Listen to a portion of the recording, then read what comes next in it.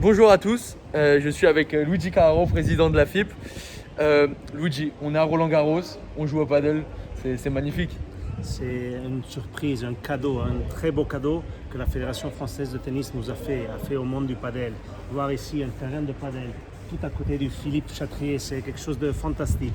C'est une démonstration nouvelle, encore une belle démonstration que le padel est toujours un sport plus important dans tout le monde, mais particulièrement en France.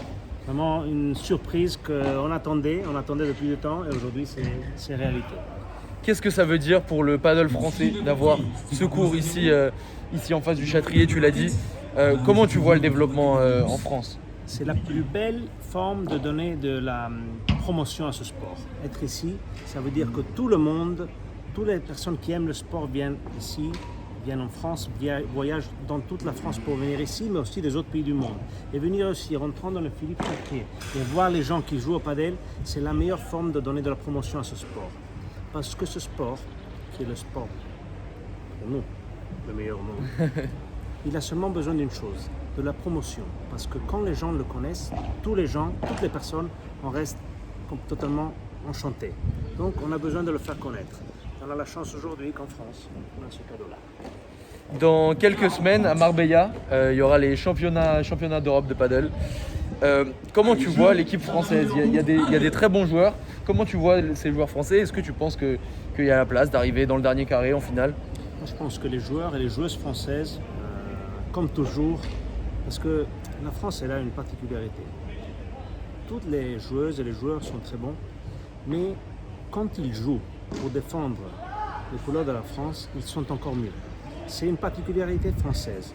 Et je crois que dans les championnats d'Europe de padel, et je crois aussi dans les championnats d'Europe de football, parce qu'il y a ça aussi.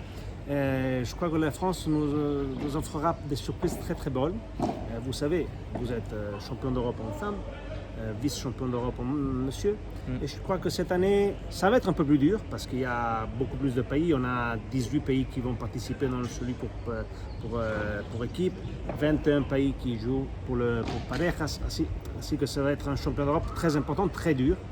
Mais je crois que la France va confirmer cette très bonne sensation qu'elles ont et qu'elles font toujours dans la piste, dans tous les tournois qu'ils participent. L'Italie, ça se développe aussi très très fort. J'étais en Sicile la semaine dernière. C'est une folie, ils appellent ça la Padelmania. Il y a une très belle génération de joueurs aussi qui arrivent. Est-ce que tu veux me parler un peu des joueurs et surtout des joueuses italiennes? Oui, en Italie, aujourd'hui, ils m'ont appelé ce matin. On est arrivé à 3000 terrains de padel en Italie. Je pense que si l'Italie arrive à 3000 terrains, je pense que la France, d'ici les prochaines années, elle arrivera tranquillement à 5000 terrains. Je suis sûr de ça. Par rapport aux joueurs et les joueuses italiennes, très bien. Trois joueuses italiennes viennent de rentrer dans le tableau principal de World Padel Tour.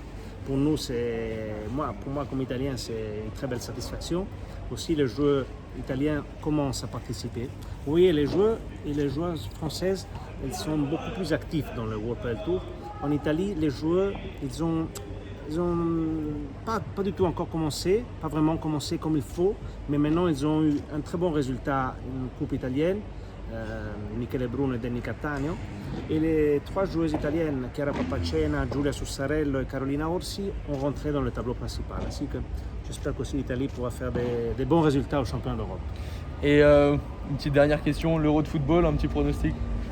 Je pense que l'Italie et la France peuvent se rencontrer dans les quarts de finale. Je crois dans les quarts de finale, par rapport à ce que j'ai vu l'autre jour. Et je crois que la France, je dois être sincère, la France, elle a un bon avantage. Ok, merci beaucoup Luigi. Je vous attends à Marbella. On sera là. Padel Magazine, on ne peut pas faire des championnats d'Europe sans Padel Magazine. La dernière fois, ils étaient là. Grâce aussi à la présence de Padel Magazine, ça a été un très gros succès. Je pense que cette année, si Padel Magazine sera là, ce sera un succès encore plus grand. Ainsi que je vous attends à vous, à tous les joueurs et les joueuses françaises et tous les fans du padel français en Espagne à partir du 28 juin jusqu'au 4 juillet. Merci Luigi, vous l'avez entendu, rendez-vous à Marbella. On y sera avec Padel Magazine. Bon, au revoir. Merci.